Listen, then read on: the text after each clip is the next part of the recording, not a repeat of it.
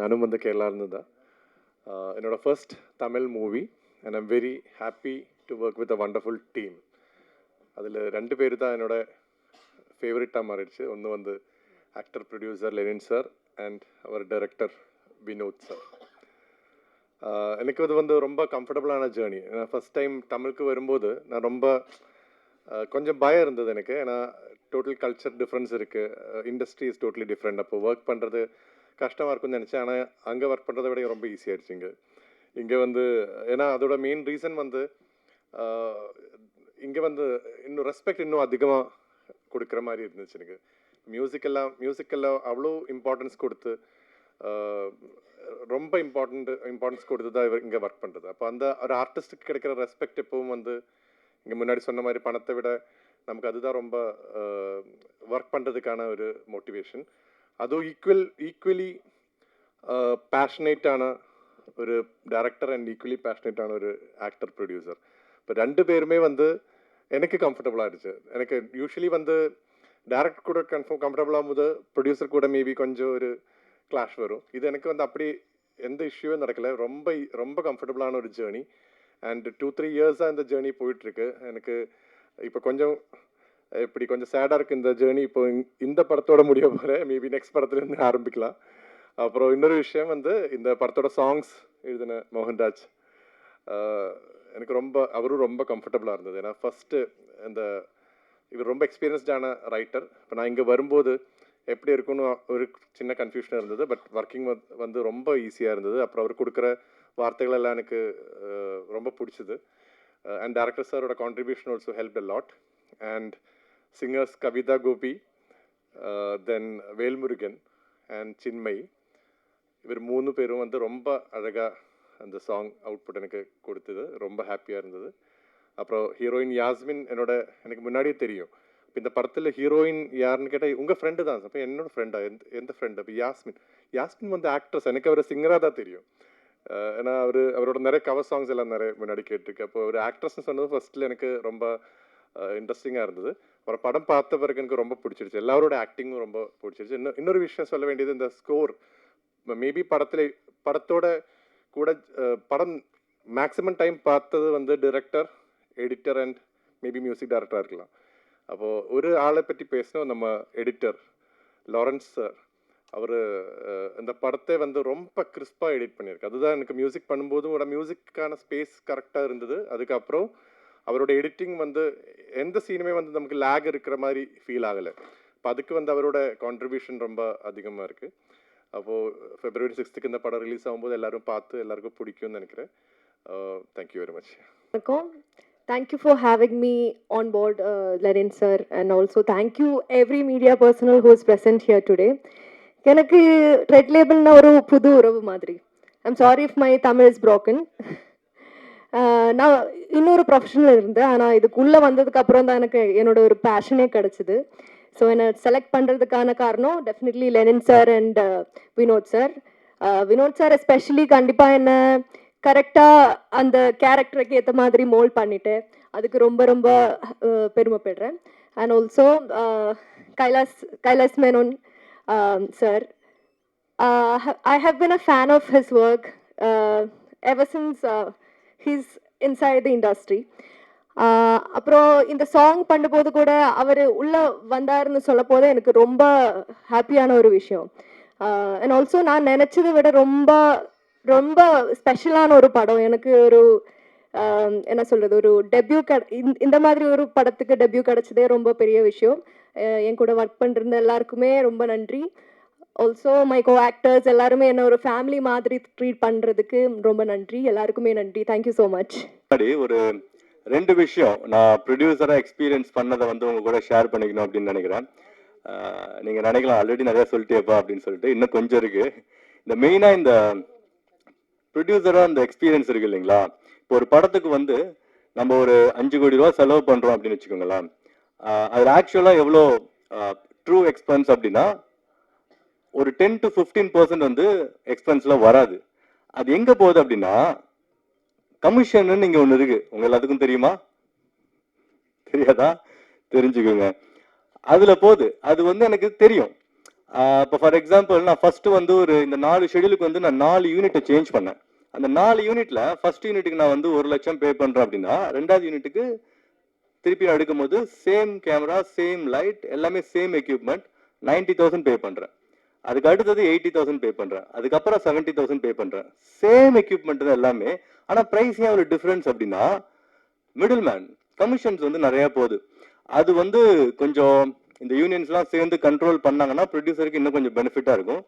ஏன்னா எல்லாரும் சேலரி வாங்குறாங்க இல்லையா? சேலரி வாங்கினதுக்கு அப்புறம் எதுக்கு அந்த கமிஷன்?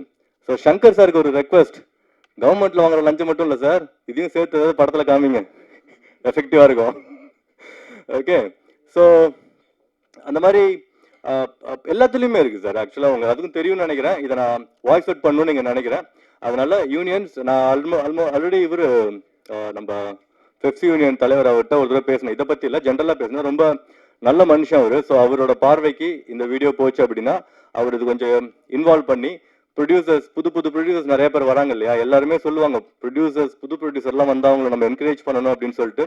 அந்த கல்ச்சர் இங்க இருக்கான்னு கேட்டா எஸ் இருக்கு, பட் நாட் டு எக்ஸ்டென்ட். ஒரு சர்டன் லிமிடேஷன்ஸ் இருக்கு. இந்த மாதிரி விஷயங்கள்லாம் கொஞ்சம் கண்ட்ரோல் ஆச்சுன்னு வச்சுக்கோங்களேன், படத்துக்கு வந்து இன்னும் எஃபெக்டிவா செலவு பண்ணலாம். இப்போ நான் உங்களுக்கு வந்து ஒரு அமௌண்ட் பே பண்றேன், இப்போ நீங்க வேலை செய்றீங்கன்னா உங்களுக்கு ஒரு காசு தரேன் அப்படின்னா, உங்களுக்கு நான் 100 ரூபா தரேன் அப்படின்னா அந்த 100 ரூபா உங்களுக்கு தான் வரணும், வேற யாருக்கும் அதுல பாதி போகக்கூடாது. ஏன்னா அவங்க வேலை செய்யறதுக்கும் அவங்க நான் காசு தரேன். ஓகே, ஸோ இந்த மாதிரி விஷயங்கள்லாம் கொஞ்சம் கண்ட்ரோல் பண்ணுங்க சார். இன்னும் எஃபெக்டிவா படம் பண்ணலாம். நெக்ஸ்ட் படம் பண்ணும்போது எனக்கு கொஞ்சம் ஹெல்ப்ஃபுல்லா இருக்கும். நான் விட மாட்டேன். நான் கண்டிப்பா நெக்ஸ்ட் படத்துல இன்னும் இறங்கி, ஏன்னா இதுவே எனக்கு எப்படி தெரிஞ்சுது, ஃபர்ஸ்ட் யூனிட் பார்க்கும்போது டே எதுக்குடா கமிஷன் பே பண்றீங்கன்னு சொல்லி நான் ஸ்டாப் பண்ணேன்.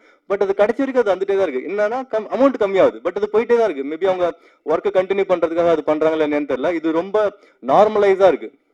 இப்ப லஞ்ச் எப்படி நார்மலா இருக்கு, அந்த மாதிரி இதுவும் வந்து நார்மலா இருக்கு. இது நார்மல் விஷயம் கிடையாது. This is an abnormal thing. ஏன்னா இதுல இருக்கிற ஒரு ரூபாயும் நான் ரொம்ப கஷ்டப்பட்டு சம்பாரிச்ச காசு 10-15 வருஷமா. அது அவ்வளவு ஈஸியாலாம் நான் வந்து விட்டுற மாட்டேன், ஈஸியா எடுத்துட்டு போங்க அப்படின்னு சொல்லிட்டு. ஸோ நெக்ஸ்ட் படத்துல நான் இன்னும் ஸ்ட்ரிக்டா இருப்பேன், ட்ரூ கார்பரேட் காட்டுறேன். ஓகே, ஸோ ரொம்ப சீரியஸா போயிடுச்சுல, நம்ம அப்போ ஃபன்னா மாத்தலாம். ஃபன்னுனாலே ஒருத்தர் இருக்காரு சார், உங்களதான் பாம்பு பொத்துக்குள்ள கைய விட்டது. ஆனா அதெல்லாம் 5ஆம் தேதி வரைக்கும் தான். அதுக்கப்புறம் அவரை யாருமே அப்படி கூப்பிட மாட்டாங்க. அது ஏன் அப்படின்னு அவரே சொல்லுவாரு. எங்க படத்துல ரொம்ப இம்பார்ட்டன்ட் ரோல் பண்றாரு. சாரி, நம்ம படத்துல ரொம்ப இம்பார்ட்டன்ட் ரோல் பண்றாரு. அதை விட ரொம்ப முக்கியமான விஷயம் என்ன அப்படின்னா, எங்க கூட ப்ரொமோஷனுக்கு நாங்க கூப்பிடும் போதெல்லாம் வந்தாரு. ஒரு நாளைக்கு 10-15 இன்டர்வியூ. அந்த வயசு இல்ல சார், சாரி, தள்ளாத வயசுன்னு சொல்லல நானு, வயசு இல்ல, இந்த வயசுலயும் காலையில இருந்து சாயங்காலம் வரைக்கும் எங்க கூட இருந்து அந்த மாதிரி ஒரு கோஆபரேஷன் வந்து நான் சத்தியமா எதிர்பார்க்கல சார் உங்ககிட்ட இருந்து. I am very happy. உங்களை நம்ம படத்துல பண்ணதுக்கும். நீங்க அவரோட முக்கியமான சீன் வந்து சார் இவர் தான் எடுத்தது சார் ஃபர்ஸ்ட் அந்த சீனை. நான் அப்புறம் ஃபைட் பண்ணி வைக்க சொன்னேன், நீங்க வரும்போது கேளுங்க அந்த சீனை. ரொம்ப இம்பார்ட்டன்ட் சீன் அது. இப்போ வந்து ஒரு திரைப்படத்தினுடைய ஆடியன்ஸ் யாருன்னு பார்த்தீங்கன்னா ஹீரோ ட்ரிவன் இண்டஸ்ட்ரின்னு சொன்னேன். அப்போ வந்து முதல் ஆடியன்ஸ் வந்து கண்டிப்பா அவங்களோட பெரிய ஹீரோனா டாப் 10 ஹீரோஸ்ல இருக்கிறவங்களுக்கு கண்டிப்பா அவங்களோட ஃபேன்ஸ் தான் ஃபர்ஸ்ட் ஹீரோவா இருப்பாங்க. அதை தாண்டி வந்து அப்போ அந்த ஹீரோவை தாண்டி வேற யாருமே பண்ண முடியாதா அப்படின்னா அப்படிலாம் கிடையாது. கதை பேஸ்டான ஃபிலிம்ஸ் எல்லாமே ஒர்க் ஆகும். அதனால உங்களோட கதை இலாக்காவை உறுதியாக வச்சுக்கோங்க, ரொம்ப ஸ்ட்ராங்காக வச்சுக்கோங்க. இங்கே குறிப்பிட்ட மாதிரி முக்கியமான அடுத்த இம்பார்ட்டண்டான இது வந்து பாடல்கள் வரியாக இருக்கட்டும். இப்போ பாரதி சார் மாதிரி பாடல்களாக இருக்கட்டும், வரிகளாக இருக்கட்டும். அதே மாதிரி கைலாஷ் மேனன் மாதிரியான மியூசிக்கோட அவுட்கம் வந்து ரொம்ப இம்பார்ட்டன்ட்டு. இன்னைக்கு ரீரிலீஸ் ஆகிற எல்லா படத்துலையுமே வந்து பார்த்தீங்கன்னா அவங்க உள்ள என்டர்டெயின்மெண்ட் பண்ணுறதே வந்து பாடல்கள் தான். அந்த பாடல்கள் தான் வந்து உள்ள என்டர்டெயின்மெண்ட் பண்ணி அவ்வளோ தூரம் கரகோஷம் பண்ணி அவ்வளோ ஆர்ப்பாட்டம் அவ்வளோ சந்தோஷத்தை பிரதிபலிக்கிறது வந்து பாடல்கள் தான். பாடல்கள் ரொம்ப முக்கியத்துவம் வாய்ந்தது. அது வந்து ப்ரொமோஷனாகவும் ஸ்பேஸ்மெண்ட்டாகவும் உங்களுக்கு ரொம்ப இம்பார்ட்டன்ட். அதனால இந்த 2 விஷயத்தையும் முக்கியமா கருத்தில் கொண்டு பண்ணுறப்போ ஒரு கூடுமான விரைவில் நம்ம ஒரு டார்கெட் ஆடியன்ஸ்னு சொல்லுவோம், அந்த ஆடியன்ஸை ரீச் பண்ண முடியும். சரி, அப்படின்னா எவ்வளோ ஆடியன்ஸ் வந்து பார்க்கணும் அப்படின்னு சொல்லி போட்டு இன்னொரு விகிதாச்சாரம் கேட்குது. அதனோட நம்பர்ஸ் பார்த்தீங்கன்னா நம்ம தமிழ்நாட்டோட டோட்டல் பாப்புலேஷன் வந்து அபவுட் 8 crore பாப்புலேஷன் இருக்கு. அப்போ 8 கோடி மக்கள் இன்ட்டு 200 நீங்கள் கணக்கு போட்டுக்கலாம். ஆனால் 8 கோடி மக்கள் வந்து படம் பார்க்குறாங்களா அப்படின்னு கேட்டிங்கன்னா இன்னைக்கு இருக்கிற சூழ்நிலையில் அவங்களுக்கு உண்டான என்கரேஜ்மெண்ட்டில் அந்த நம்பர் இல்லை. ஸோ அப்போ எத்தனை பேர் பார்த்தா ஒரு இன்ட்ரெஸ்டிங்காக இருக்கும் அப்படின்னா ஒரு அப்போது அதில் ஒரு 10% எடுத்தீங்க அப்படின்னா 80 லட்சம் பேர். 80 லட்சம் பேர் பார்க்கணுமான்னு கேட்டிங்கன்னா அந்தந்த பட்ஜெட்டை பொறுத்து அந்தந்த ஆடியன்ஸோட கவுண்ட் நீங்கள் பண்ணிக்கலாம். பட் குடும்பமான விரைவில் ஒரு ஒரு நியூ ஃபிலிம்ஸ் நீங்கள் கொண்டு வரீங்க அப்படின்னா உங்களோட மினிமம் ஆஃப் அண்டர்ஸ்டாண்டிங்லேயே எவ்வளோ ஆடியன்ஸ் பார்க்கணுன்னா அட்லீஸ்ட் ஒரு 2 லட்சத்துலேருந்து ஒரு 5 லட்சம் ஆடியன்ஸாவது உங்களுக்கு படத்தை பார்க்கணும் அப்படிங்கிறது, which is nothing but closer to 1% தான். 1% கூட இல்லை, 1% 8 லட்சம், அதுக்கும் கம்மியாக தான் சொல்கிறேன். பட் 5 லட்சம் பேர் பார்க்குற அளவுக்கு உண்டான ஒரு திரைக்கதையை அமைச்சு அதுக்குண்டான பாடல்களை அமைத்து ஹிட் கொடுத்துட்டு நீங்கள் உள்ளே வரப்போ வந்து தியேட்டர் என்ட்ரன்ஸ் வந்து உங்களுக்கு அருமையாக இருக்கும். இதுதான் பேசிக்கான ஒரு விஷயம். இதுதான் வந்து என்னோட அண்டர்ஸ்டாண்டிங்கில் இருக்கிற அந்த டார்கெட் ஆடியன்ஸோட ரீச்சிங் பாயிண்ட்டாக இருக்கும். இது பெரிய ஹீரோவுக்கும் அந்த பட்ஜெட்டுக்கும் பொருந்துமான்னு கேட்டிங்கன்னா பொருந்தருக்கு அவங்க ஆல்ரெடி இது எல்லாமே தாண்டி தான் வர்றாங்க. அதுக்கு மேலேயும் சில விஷயங்கள் அது வேணும். அதனால் அந்த டாப்பிக்கு நான் போகல. ஸோ பேசிக்காக நியூ கமர்ஸுக்கு இதுதான் டார்கெட் ஆடியன்ஸ். இதுதான் முதல் கேள்வியோட பதில். இப்போ ரெண்டாவது ஒரு முக்கியமான விஷயத்த ஒன்று சொல்லணும்னு நினைக்கிறேன். இது ரொம்ப இன்ஃபர்மேட்டிவாக தான் இருக்கும்னு நினைக்கிறேன். But please bear with me. Affordability of the audience என்ன மாதிரி இருக்கும் அப்படின்னு சொல்லி போட்டு கேட்குறாங்க. சினிமா வந்து மிகவும் அதாவது என்ன சொல்கிறதுன்னா மோஸ்ட் எக்கனாமிக்கலி, அப்போ சினிமாவோட அஃபோர்டபிலிட்டி எந்த மாதிரி இருக்கும், சினிமாவோட பயணம் எந்த மாதிரி இருக்கும், சினிமாவோடைய எதிர்காலம் எந்த மாதிரி இருக்கும் அப்படிங்கிறது எல்லாமே இதில் ஒரு அடங்கின மாதிரியான ஒரு கேள்வி தான் அது. இருந்தாலும் நான் முடிஞ்ச வரைக்கும் நான் கவர் பண்ணுறதுக்கு பார்க்குறேன். ஃபஸ்ட்டு அதனோட ஃபஸ்ட் கொஸ்டினே வந்து அஃபோர்டபிலிட்டி தான். அஃபோர்டபிலிட்டினா என்ன அப்படின்னா எக்கனாமிக்கலி நம்ம வந்து ஒரு படத்துக்கு எவ்வளோ ஸ்பெண்ட் பண்ணுறோம் அப்படிங்கிறது ரொம்ப முக்கியம். ஒரு படத்தோட ஸ்பெண்டிங்கிறது டைரெக்டாக டிக்கெட்டோட காஸ்ட்டில் தான் இருக்கும். அந்த டிக்கெட்டோட காஸ்ட்னு எடுத்துட்டிங்கன்னா இப்போ வந்து 150 ரூபாலேருந்து 200 ரூபா அப்படிங்கிறது தான் ஸ்டாண்டர்டான டிக்கெட் ரேட்ஸில் இருக்குது. 100 ரூபா, 150, 200. இந்த காஸ்ட் வந்து ஸ்டில் எல்லா தரப்பு மக்களுக்கும் அஃபோர்டபுளான ஒரு என்டர்டெயின்மெண்ட். எல்லாத்துக்குமே என்டர்டெயின்மெண்ட் வேணும். ஆடியன்ஸ்க்கு வேண்டியது கண்டென்ட். அந்த கண்டென்ட் வந்து சரியான கண்டென்ட் கொண்டு வரப்போ கண்டிப்பாக ஆடியன்ஸ் வருவாங்க, பெருந்திரளாக வருவாங்க. அப்போ வந்து இப்போ இந்த டிக்கெட் ரேட் மட்டும்தான் டிசைடிங் ஃபேக்டரானு கேட்டிங்கன்னா இல்லை. இது மேபி சிலருக்கு ஒரு ஒரு ஒரு தோன்றதில் கூட இருக்கலாம். பட் இருந்தாலும் நீங்கள் கண்டிப்பாக நினைவுக்கு அதாவது ஒரு ரீகால் பண்ணணுங்கிறதுக்காக சொல்கிறேன்.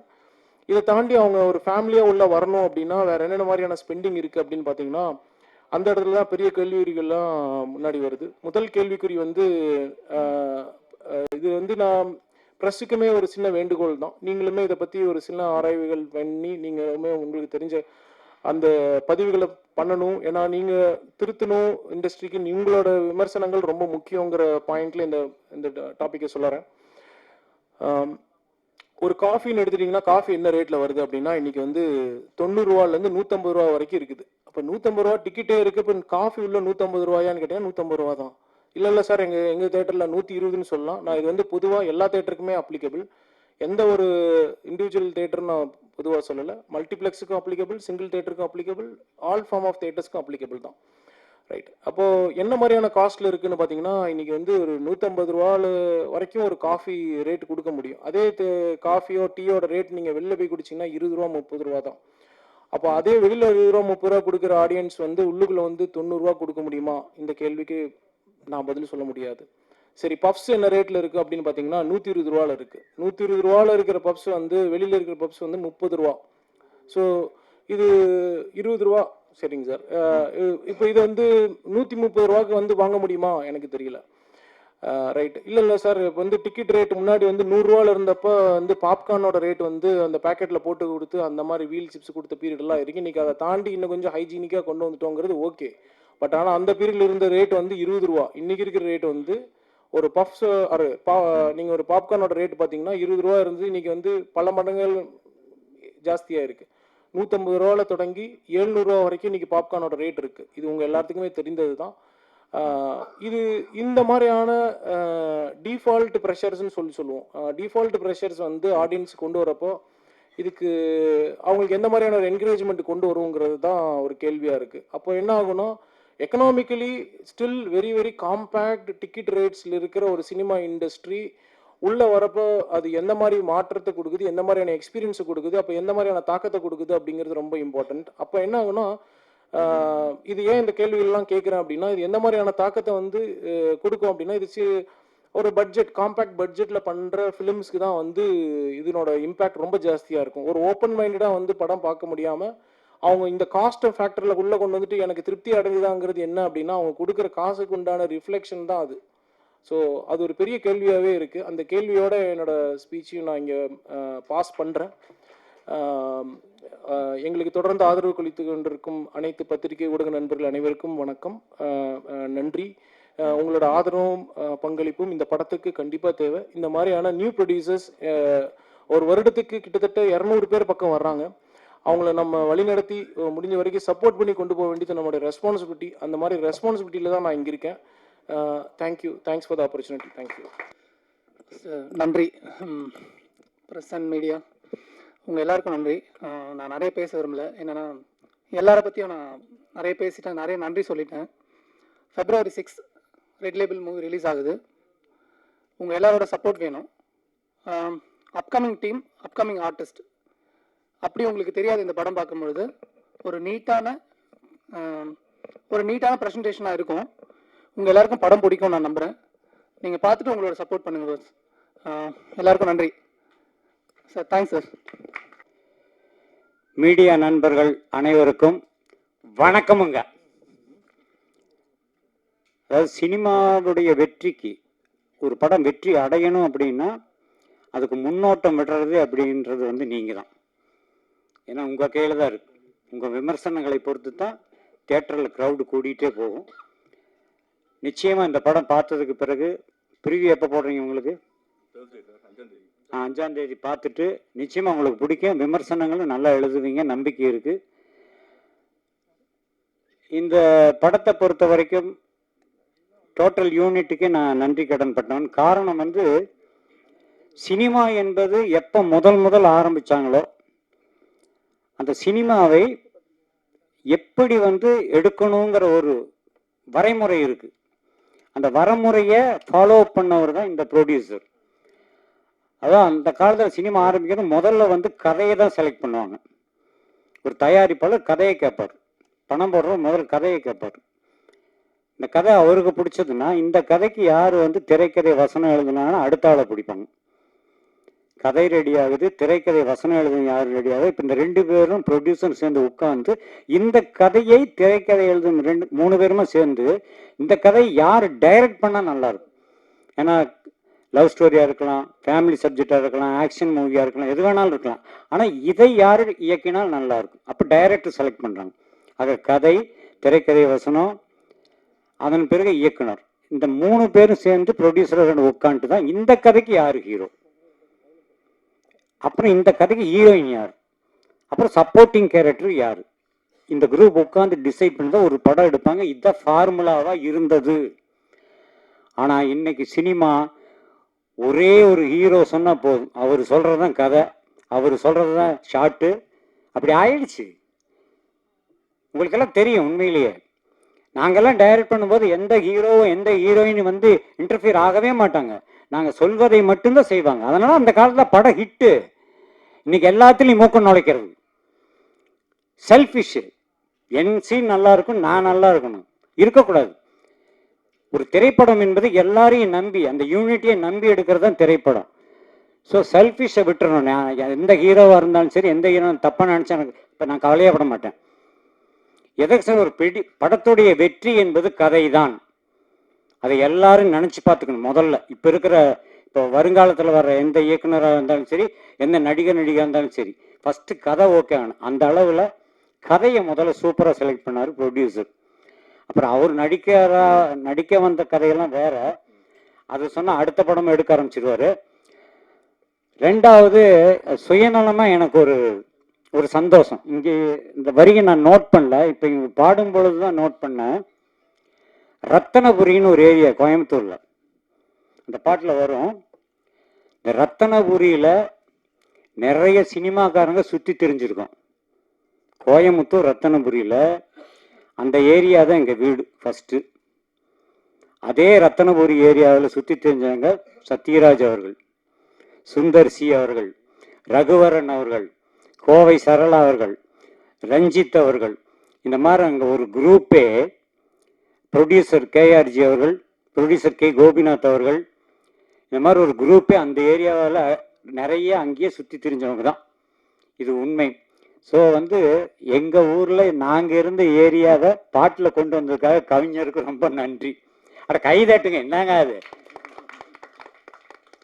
இது கைதட்டெல்லாம் இப்போ கேட்டு வாங்க வேண்டியதாக இருக்குது. சரி, எனிஹவ், சினிமா என்பது திரையரங்குகள் பார்க்கணும், இதுதான் உண்மை. ஏன்னா ஒரு 120 ரூபா கொடுத்து ஒரு படத்தை தியேட்டரில் போய் பார்த்தாதான் இந்த படத்தில் இருக்கிற 120 பேருக்கும் சாப்பாடு, அவங்களால தான் சாப்பிட்றோம். ஆக ஒரு படத்துடைய வெற்றி மறுபடியும் அந்த 120 பேருக்கு இன்னொரு ஒரு ஸ்டெப்பு மேலே போகிறதுக்கு இருக்கு. ஸோ காசு கொடுத்து பார்க்கறது அப்படிங்கிறது வந்து எவ்வளவு யோசிக்க வேண்டியதாக இருக்குது. ஏன்னா 4 பேர்கிட்ட கேட்குற அந்த படத்துக்கு போகலாமா வேணாமான்னு. அதுக்கு காரணம் விமர்சனங்களை பொறுத்து தான் அவனும் கேள்வி கேட்குறான். அடுத்தவங்ககிட்ட போய் படம் பார்த்துக்கிட்டு வந்தவன்கிட்ட எல்லாம் போய் கேட்பான், படம் மாப்பிள்ளை எப்படி இருக்கான்னு. ஆனால் நீங்கள் கொடுக்குற விமர்சனம் மட்டுமே ஒரு படத்தை கண்டிப்பாக சில்வர் ஜூபிலி கொண்டு போய் நிறுத்தும். அது உங்கள் கையில் தான் இருக்கு. நிச்சயமாக இந்த படத்தை நீங்கள் பார்க்கும் பொழுது நிச்சயமாக நல்லா தான் விமர்சனம் எழுதுவீங்க, நோ டவுட். பேசிக்காக நானும் ஒரு ரைட்டர் டைரக்டருக்கு தான் சொல்கிறேன். நிச்சயமாக அந்த படம் மாபெரும் வெற்றி. இந்த படம் தியேட்டருக்கு வரும்போது ரெட் லேபிள்ன்ற டைட்டில் வச்சுட்டு படம் பார்க்க வருவாங்க. படம் பார்த்து வெளியே வரும்பொழுது நிச்சயமாக ரசிகர்கள் இதுக்கு கொடுக்கப்படும் முத்திரை green green green green label, இதில் மாற்று கருத்து கிடையாது. இப்போ அவர் சொன்னார், என் படத்தில் வந்து ஒரு கேரக்டர், அதாவது எனக்கு முன்னாடி எனக்கு 2 பேர் இருந்தது. தமிழ்நாட்டுக்குள்ளே எங்கே போனாலும் சரி என்னை பார்த்தா அனுமோகன் யாருமே கூப்பிட மாட்டாங்க. யார் பார்த்தாலும் அப்புறங்க பாவம் பொத்து எப்படி இருக்கீங்கன்னு தான். 2வது டைலாக்கு, எனக்கு நீங்கள் தானே இந்த புறாவுக்கே பெல் அடிச்சதுமாங்க. ஆனால் இந்த படம் வந்ததுன்னா அதை 2ஐயும் விட்டுட்டு வேற மாதிரி கூப்பிடுவாங்க. என்னன்னு கேட்குறீங்களா? சிரிக்கக்கூடாது, ஆனால் சொன்னால் சிரிப்பீங்க. குஞ்சு, டே குஞ்சு. ஆர்வி உதயகுமாருடைய பிஏ ஒரு எம்எல்ஏ கேரக்டர் பண்ணிக்காது, அவருடைய பிஏ நான் தான். குஞ்சப்பன் அப்படிங்கிற பேரை அப்பனை கட் பண்ணிட்டு அடிக்கடி என்னை கூப்பிடுற பேர் அதுதான். குஞ்சப்பா இங்கே வா, என்றா கொஞ்சம் பண்ணுற நீ இப்படியே பேசிகிட்டு இருப்பார். ஆக இனிமேல் என்னை வந்து பப்ளிக்கில் தமிழ்நாட்டில் 7ஆம் தேதி காலையிலேருந்து குஞ்சுன்னு தான் கூப்பிடுவாங்க. உண்மையிலே சொல்கிறேன், என் நெஞ்சு நிறைந்த வாழ்த்துக்கள். ஏன்னா ஒரு படத்தில் நடிக்கும் பொழுது ஒரு கேரக்டருடைய பெயரை உச்சரிக்கிற அளவுக்கு ஒரு வாய்ப்பை 3வது தரமாக கொடுத்துருக்காங்க இந்த யூனிட். அவர்களுக்கு என்னுடைய நன்றி. இந்த திரைப்படம் 2026 இந்த திரைப்படம் வெளிவந்ததுக்கு பிறகு நிச்சயமாக இந்த படத்தில் ஏதாவது ஒரு தேசிய விருது வாங்கியே தீரும். வாழ்த்துக்கள் வாழ்த்துக்கள் வாழ்த்துக்கள். டைரக்டர் ஆமா வணக்கண்ணா. இல்லை ரெட் லேபிள் வந்த உடனே நல்லா ஜாலியாக பேசிங்கன்னு பார்த்தேன். ப்ரொடியூசர் வந்து குறை மேலே குறை சொன்னார், அது கூட ஏற்றுக்கலாம். அனுமோகன் சார் வந்தார், டக்குன்னு ஹீரோலாம் மூக்கம் நுழைக்கிறாங்க, அவங்க வேலையை பாருங்கன்னு சொல்லிட்டாரு. இந்த ஹீரோ மூக்கம் நுழைச்சாரா? அவர் டப்புன்னு எழுந்து சொல்கிறத பார்த்தா ரொம்ப குடைச்சல் கொடுத்துப்பார் போல இருக்கே. சரி, நான் கிளம்பிட்டேண்ணா. ஃப்ரெண்டு தான் நம்ம. எத்தனை வருஷம்ண்ணா? பல வருஷம். அது வேற ஸ்ட்ரைட்டாக வந்து இல்ல அவரு சொன்னார்ல, அவருடைய வழி இருக்கும். அது வந்து ஹீரோக்கள் பண்ணாங்களா அப்படின்னு கேட்கறது ஃபர்ஸ்ட் டைரக்டர் கிட்ட இருந்து ஸ்டார்ட் பண்ணலாம் அப்படின்ட்டு தான் இருக்கு. அவருக்கும் இருக்கு, அவருக்கும். எப்படின்னா அவர் சொன்னார்ல, நேரத்துக்கு ஆரம்பிக்கணும், எந்த விஷயமும் டைம் ஸ்டார்ட் பண்ணணும்னு இருக்குல்ல. அங்கே வந்து எல்லா டெக்னீஷியனும் கரெக்டான டைமுக்கு வருவாங்க அப்படின்றது நம்ம புஷ் பண்ணுவோம். எனக்கு ஷார்ப்பாக 6 மணிக்கு எல்லாரும் இருக்கணும், நான் போயிடுவேன். ஓகே, ஏன்னா என் டீம் வந்து 6 மணிக்கு உள்ளே இருப்போம், லொக்கேஷனில் 6 மணிக்கு இருப்போம் நாங்கள். ஓகே, பட் ஒவ்வொருத்தராக வருவாங்கல்ல, எங்களால் அந்த டைம் எக்ஸாக்டாக ஸ்டார்ட் பண்ண முடியல. நான் கோவப்பட மாட்டேன், ஏன்னா கோவப்பட்டா வேலை நடக்காது. போடா அப்படின்ட்டு போயிடுவாங்க. ஸோ அவங்ககிட்ட சிரிச்சுட்டே வேலை வாங்க வேண்டிய கடமை எந்த இருந்தது. ஸோ அந்த டைம் கூட விடாதீங்க, கோவப்படுங்க, நீங்கள் வந்துட்டு கோவப்பட்டு பேசுங்க அப்படின்னு சொல்லி அவர் என்னை புஷ் பண்ணார். ஸோ இந்த தலையீடு தான்.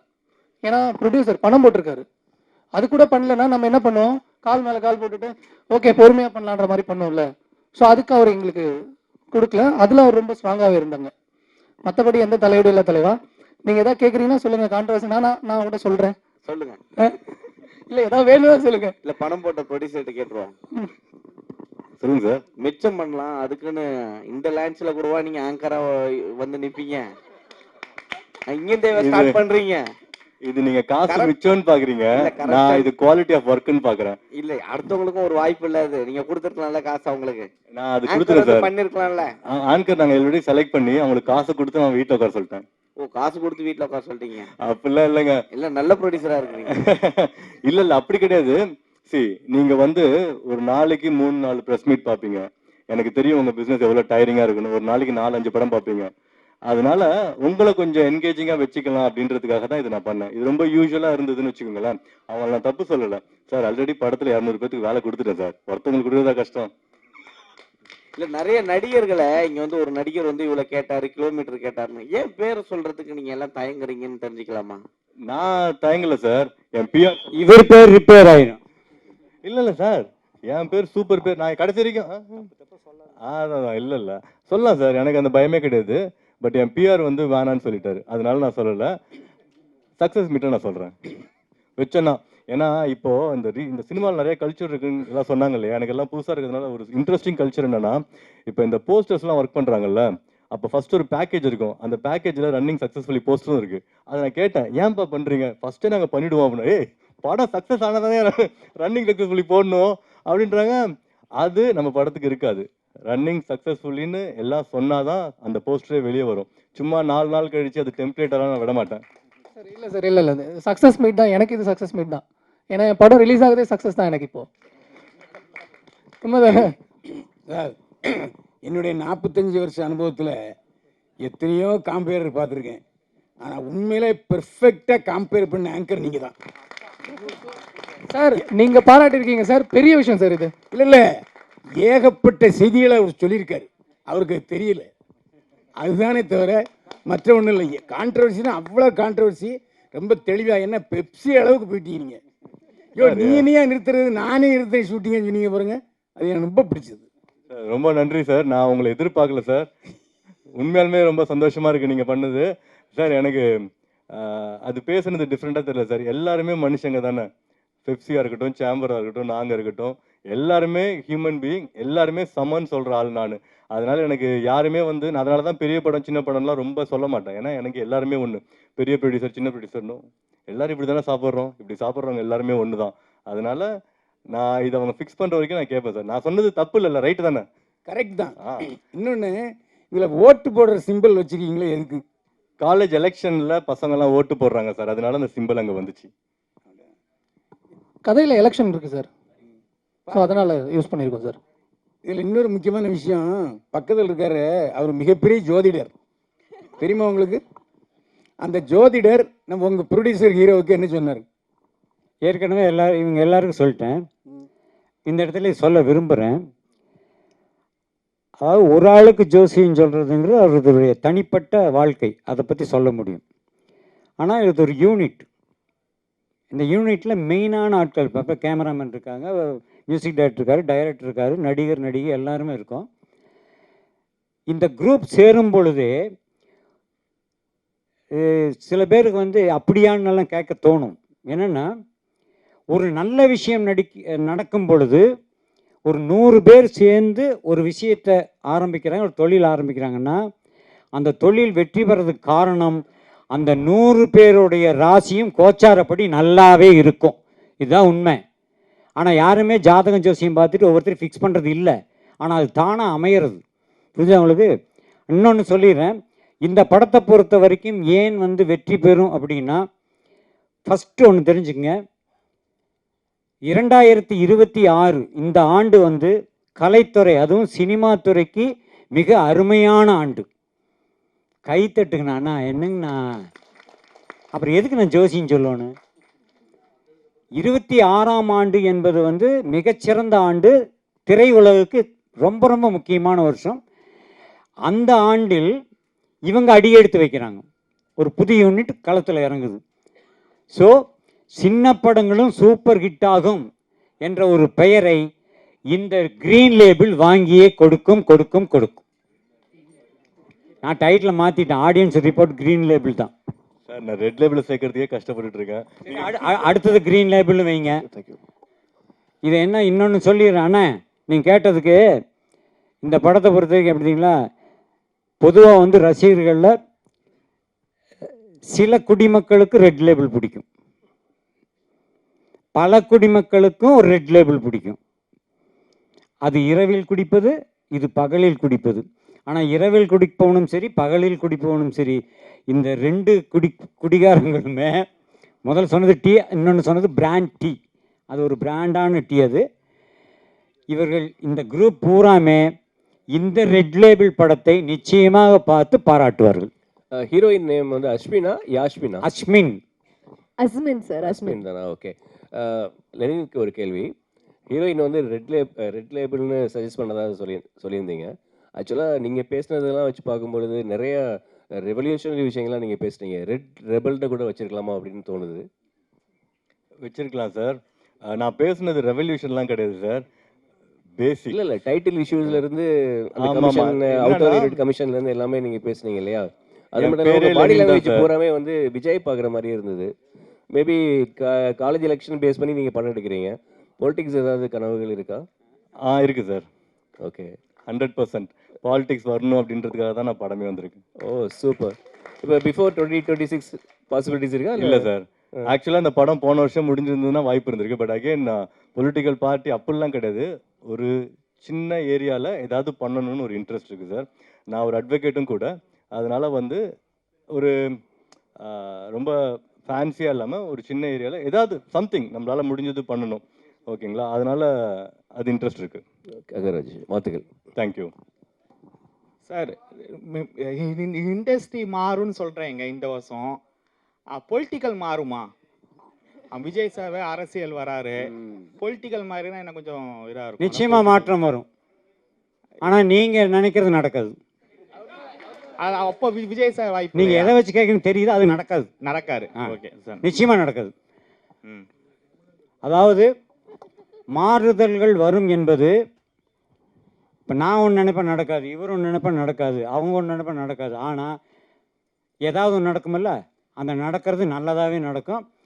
ஆனால் இன்றைய சூழ்நிலையில் எல்லாரும் அப்படியே ஓஹோன்னு எந்த பத்திரிகை எந்த யூடியூப் சேனல் எடுத்தாலும் ஒருத்தரையே சலாம் போட்டு பேசிக்கிட்டே இருக்காங்க. அது நடக்கவே நடக்காது. ஆப்பு சரியான ஆப்பு. கதாசிரியர் சார், ஆ கதாசிரியர் சார், காலேஜில் கொலை உண்மை கதையா? உண்மை கதையெல்லாம் கிடையாது சார், கற்பனை கதை தான் அது.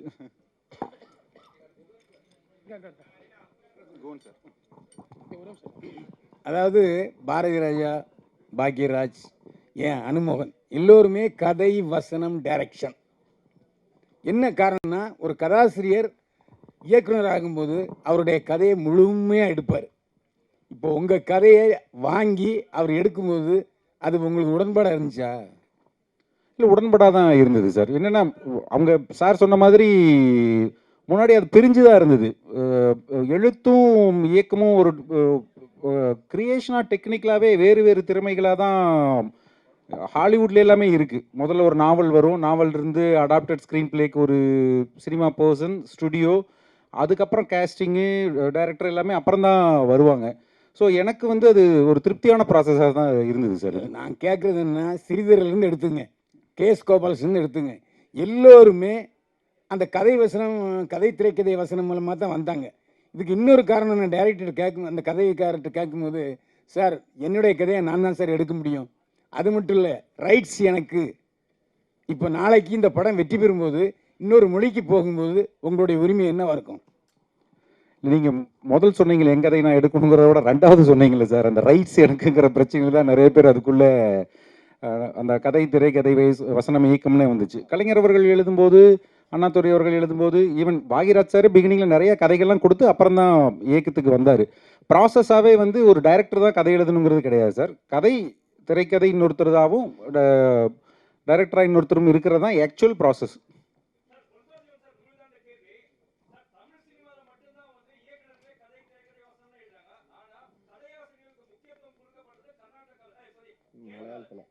கேரளா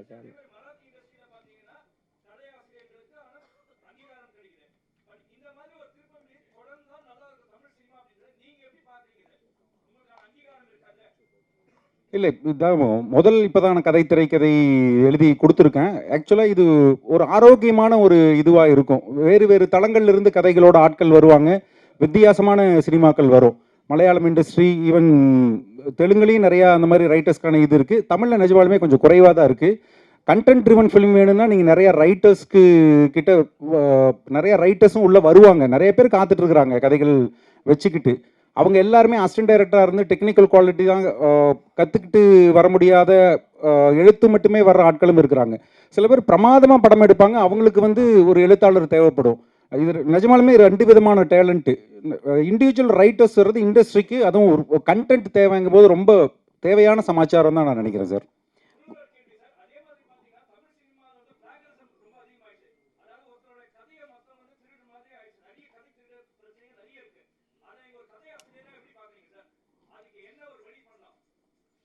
இல்லை ஆல்ரெடி இருக்குது சார், நம்ம ரெஜிஸ்டர் ப்ராப்பராக பண்ணிக்கிட்டாலே அது நடக்காது.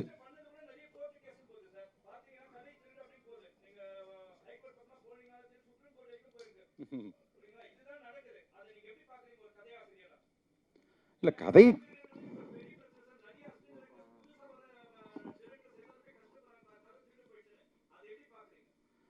இல்லை இன்டெலெக்சுவல் ப்ராப்பர்ட்டி திருட்டு தானே, அதுக்கு பேர் திருடுறவங்களுக்கு திருடன்னு தான் சொல்ல முடியும். பட் நிறையா நம்ம பாதுகாப்பாக இருந்துக்க வேண்டியதாக இருக்குது. வீட்டை பூட்டிக்கிற மாதிரி நம்ம கதையும் பத்திரமா வச்சுக்கிறது நம்மளுடைய பொறுப்பு தான் அது. குகன் சார், தேட்டரில் வந்து பார்க்கிங், சமோசா இதெல்லாம் சொன்னீங்க. ஆனால் இப்போ சமீபத்தில் சல்லியர்கள் படம் வந்து மாலில் கூட வெளியிடலையே, அதை பற்றி யாரும் பேச மாட்டீங்க. ஒரு படம் வந்து தேட்டருக்கு வந்தால் தான் முதல்ல அவங்களுக்கு பிஸ்னஸ்ஸே. நீங்கள் அப்போ கூட யாருமே குரல் கொடுக்கல தமிழ் இண்டஸ்ட்ரியில். தான் படம் வரும்போது தான், வலிக்கும் போது தான் எல்லாத்தையும் சொல்கிறீங்க. இது காலகாலமாக உங்களுக்கு தெரியாதா? பார்க்கிங் இருக்குது, சோமாஸ் விற்கிறானுங்க, சமோசா விற்கிறானுங்க, வாட்டர் பாட்டில் எடுத்து போகக்கூடாது, வெளியிலேருந்து தின்பண்டங்கள் வாங்கிட்டு போகக்கூடாதுன்னு எப்போத்தையோ கொண்டு வந்தாங்களே. அன்னைக்கு குரல் கொடுக்காம இன்னைக்கு குரல் கொடுத்துட்ருக்கீங்க. இல்லை, நீங்கள் கேட்ட கேள்வி 2 கேள்வி. ஒன்று வந்து கேன்டீனோட ரேட் பற்றி நம்ம பேசினோம், அதை பற்றி அது செகண்டு. ஃபஸ்ட்டு கேள்வி வந்து சல்லியர்கள் படத்துக்கு ஏன் குரல் கொடுக்கலன்ட்டு. கூடுமான விரைவில் நீங்கள் பார்த்தீங்கன்னா ப்ரொடியூசரே வந்து ப்ரெஸ் மீட்டில் தான் கன்வே பண்ணார். அப்போ ப்ரெஸ் மீட்டில் சொன்னதுக்கு மேலே ஒரு குரல் வேண்டுமான்னு கேட்டிங்கன்னா அதுவே போதுமான குரல் தான். அதுவே பலமாகவும் ஒழிச்சிருச்சு. எல்லாத்துக்குமே போய் சேர வேண்டிய இடம் எல்லா இடத்துலையுமே போய் சேர்ந்துருச்சு. அது ஒன்று. இன்னொன்று வந்து அதுக்கு எந்த மாதிரியான முடிவுகள் எடுக்கிறோம், எந்த மாதிரியான ஒரு ஜேர்னி எடுக்கிறோம் அப்படிங்கிறது ரொம்ப முக்கியம். அது அவரோட ஒரு மெத்தட் தான். அது வந்து அதே அடுத்த வாரம் தள்ளி வந்திருக்கலாம். அதில் ஒரு எப்படி ஒரு நல்லது இருக்கோ அதே மாதிரி ஒரு கெட்டதும் இருக்குது. அந்த மாதிரியான சில ப்ராப்ளம்ஸ் இருக்குது அப்படின்னா அதை நம்ம சால்யூஷன் பார்க்கலாம் முடிஞ்ச வரைக்கும். அதுதான் அந்த மாதிரி போயிருந்துருக்கலாம். எப்பவுமே ஒரு திரைப்படம் திரைக்கு வர்றது ரொம்ப முக்கியம். அதுக்குண்டான வலிமைகளில் இன்னும் கொஞ்சம் எஃபோர்ட் எடுத்துருக்கலாம். அதுக்குண்டான ப்ராப்ளம் இருக்குது. பட் அது எவ்வளோ சொல்ல முடியுமோ அவ்வளோ சொல்லிட்டார். அதுக்கு மேலே மறுபடியும் அதை ஆம்ப்ளிஃபை பண்ண வேண்டியதில்லைன்னு நினைக்கிறேன். இல்லை, மால் போன்ற திரையரங்கில் பெரிய இடத்துங்கள்லாம் பார்த்தீங்கன்னா சிறு படங்கள் உள்ளே கூட நுழைய முடியல. அப்போ உங்கள் படமும் ரேட்டுன்னு சொல்லிட்டாங்கன்னா நிறுத்திடுவீங்களா? தேட்டருக்கு போக மாட்டிங்களா? எல்லா மால்லையும் தான். சின்ன டப்பா தேட்டரில் போட்டாலும் படம் நல்லா இருக்குன்னா மால் தேட்டர் தானே கூப்பிடுவான். புரியுதா உங்களுக்கு? அப்புறம் ரெண்டாவது இன்னொன்று, சினிமா பற்றி இவ்வளோ பேசுகிறோமே, டிக்கெட் ரேட்டெல்லாம் பேசுகிறோமில்ல, இனிமேல் சினிமா என்ன ஆகும் தெரியுங்களா? இன்டர்வல் வரைக்கும் 120, இன்டர்வலுக்கு அப்புறம் பார்த்தீங்கன்னா 120. பாதி வரைக்கும் பார்த்துட்டு நல்லா இல்லைன்ட்டு வெளியே போனீங்கன்னா உங்களுக்கு 120 ரூபா மிச்சம். செகண்டாகவும் பார்க்குற மாதிரி இருந்தால் 240 ரூபா கொடுக்கணும். இப்படியெல்லாம் சினிமா வந்தாலும் வரும். நான் இப்போ எதுக்கு சொல்கிறேன்னா, ஒரு ஃபேமிலி இன்றைக்கி ஒரு சராசரி ஒரு மீடியம் ஃபேமிலியில் ஒரு 4 பேர், 2 குழந்தைகளோட 4 பேர் போகிறாங்க, ஹஸ்பண்ட் ஒய்ஃப். ஒரு படம் பார்க்குறதுக்கு 4 பேருக்கு 150 ரூபா டிக்கெட் போட்டால் என்னாச்சு? 600 ரூபாச்சா? அவ்வளோதானே செலவு பண்ண முடியும். மீறி போனால் உள்ளே ஒரு 200 ரூபா செலவு பண்ணலாம் இந்த குழந்தைகளுக்கு.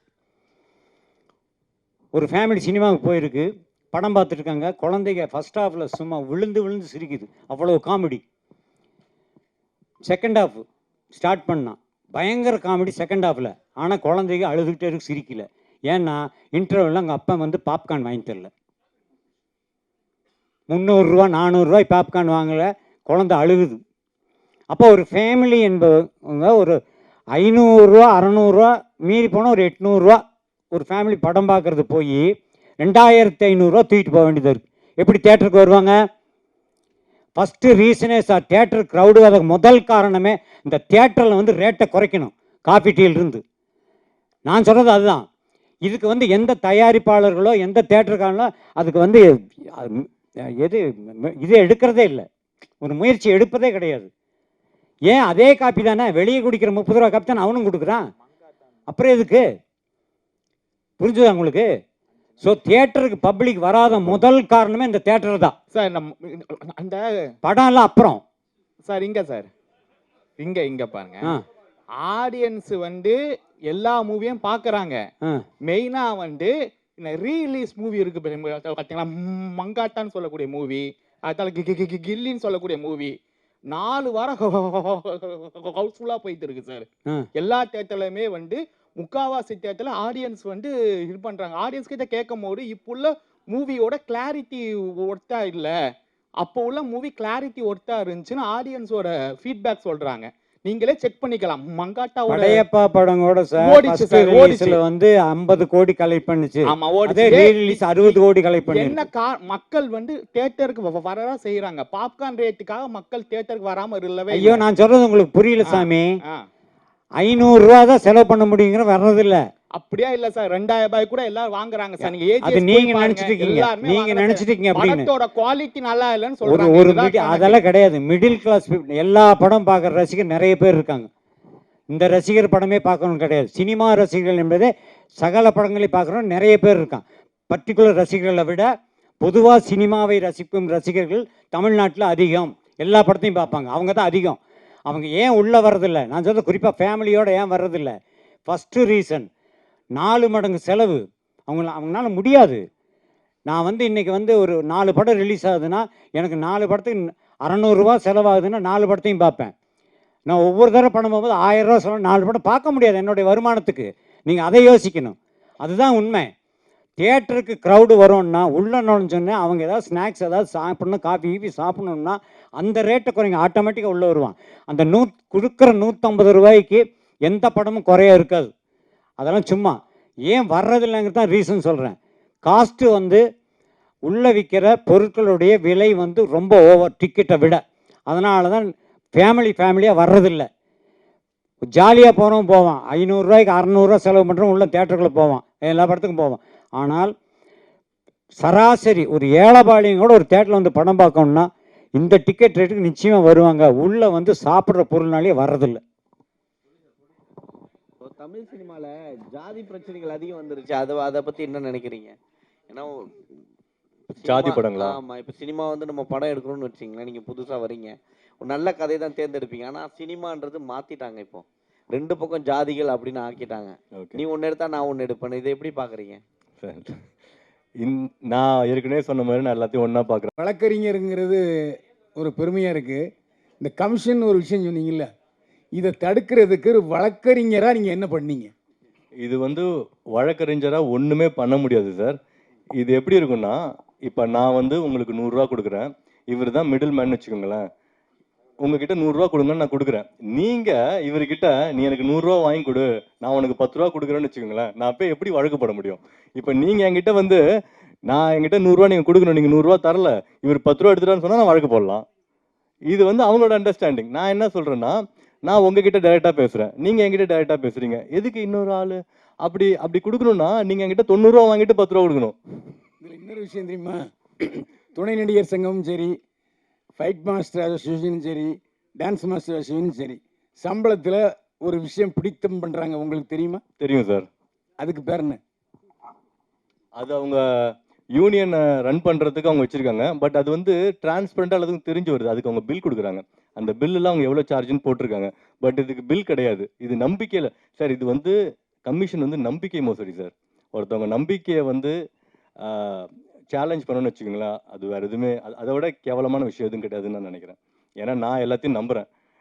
அந்த மாதிரி அவங்க பண்ணும்போது எனக்கு ரொம்ப ஹர்ட் ஆகுது. என்னடா காசு தானடா அப்படின்னு சொல்லிட்டு. Okay, thank you. படம் வந்து February 6 ரிலீஸ் ஆகுது. ஸோ எல்லாருமே வந்து உங்களுடைய சார், எனக்கு இந்த ஜாதி மதம் அதிலெல்லாம் வந்து நம்பிக்கை இல்லை. எனக்கு எல்லாருமே ஈக்குவல்னு நினைக்கிறவன்.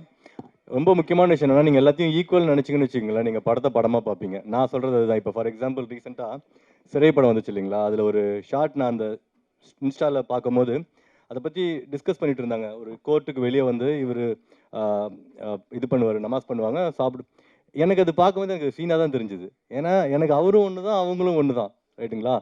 அந்த மாதிரி உங்கள் மதம் உங்கள் ஜாதி உங்களுக்கு பெருசுன்னு தெரிஞ்சாதான் நான் இந்த ஜாதியில் இருக்கேன், நான் அவனை மதிக்கிறேன்னு அது சொல்கிறதே கேவலம்னு நினைக்கிறேன் சார்.